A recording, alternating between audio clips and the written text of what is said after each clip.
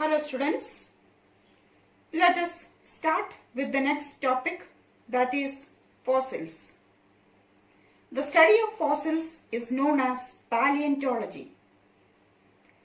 Such studies of organ structures can be done not only on current species but also on species that are no longer alive. How do we know that these extinct species ever existed?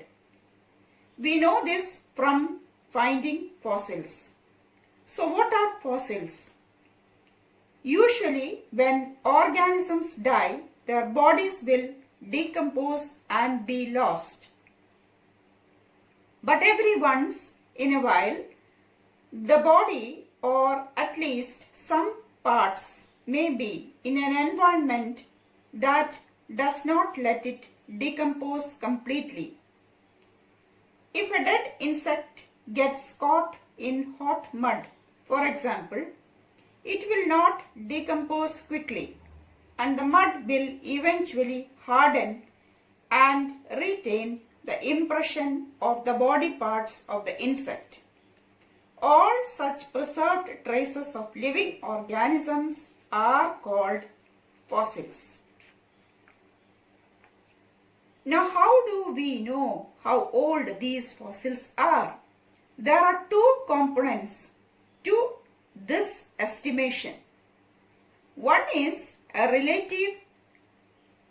If we dig into the earth and start finding fossils, it is reasonable to suppose that the fossils we find closer to the surface are more recent than fossils we find at deeper layers.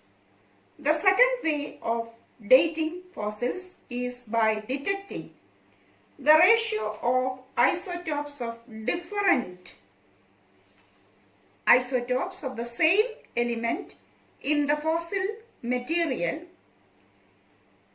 It would be interesting to find out exactly how this method works. And the method we mentioned just now, that is to date fossils by detecting the ratio of different isotopes of the same element in the fossil material, this method is known as carbon dating. Now, how do fossils form layer by layer? Let us start 100 million years ago. Some vertebrates on the seabed die and are buried in the sand. More sand accumulates and sandstone forms under pressure. Millions of years later, dinosaurs living in the area and their bodies too are buried in the mud.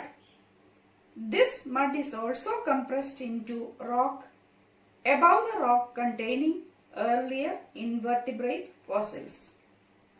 Again, millions of years later, the bodies of horse-like structures dying in the area are fossiled in rocks above these earlier rocks.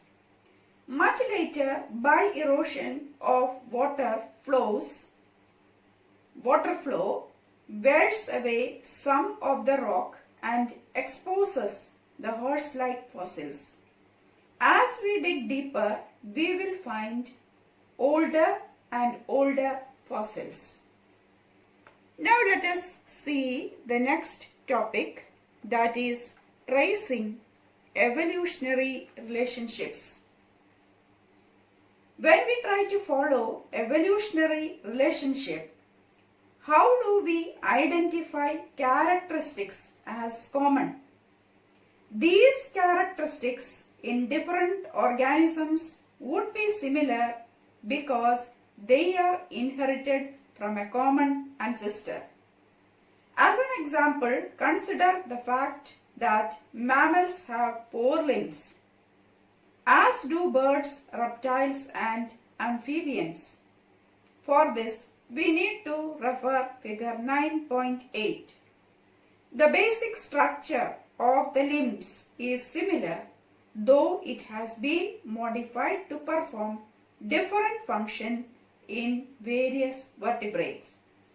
Such a homologous characteristics help to identify an evolutionary relationship between apparently different species. However, all similarities simply in organ shape are not necessarily because of common ancestry. What would we think about the wings of birds and bats, for example? Let us refer to figure 9.9. Birds and bats have wings, but squirrels and lizards do not. So are birds and bats more closely related to each other than to squirrels or lizards? Before we jump to this conclusion, let us look at the wings of birds and bats more closely.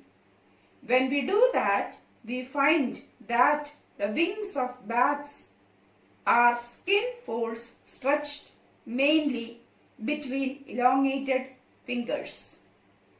But the wings of birds are a feathery covering all along the arm. The design of the two wings, their structure and components are thus very different. They look similar because they have a common use for flying, but their origins are not common. This makes them analogous characteristics rather than homologous characteristics. It would be interesting to think about whether the bird's arm and the bat's arm should be considered homologous or analogous. Of course, it should be considered homologous. Now let us see the differences between homologous and analogous characteristics. First, about homologous.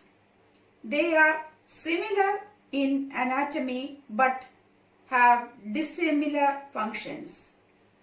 It is inherited from a common ancestor and develops in related species, a result of divergent evolution, developed as a result of adaptations to a different environment.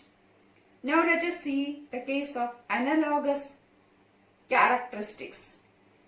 Dissimilar anatomy, similar function.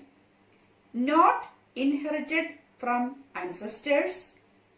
Develops in unrelated species. It is a result of convergent evolution and is developed as the result of the adaptation to similar environment. Now let us discuss a few examples of homologous organs. Our arm and a dog's foreleg, our teeth and the elephant's tusk, potato and runners of grass, tendrils of pisum and thorns of citrus, pitcher plant and opentia. Now let us see the few examples of analogous organs. Brain of fish and humans, thorns of citrus and spines of opentia, wings of birds and butterflies, tendrils of pisum and cucurbits, potato and sweet potato. With that, we have come to the end of today's session. Thank you.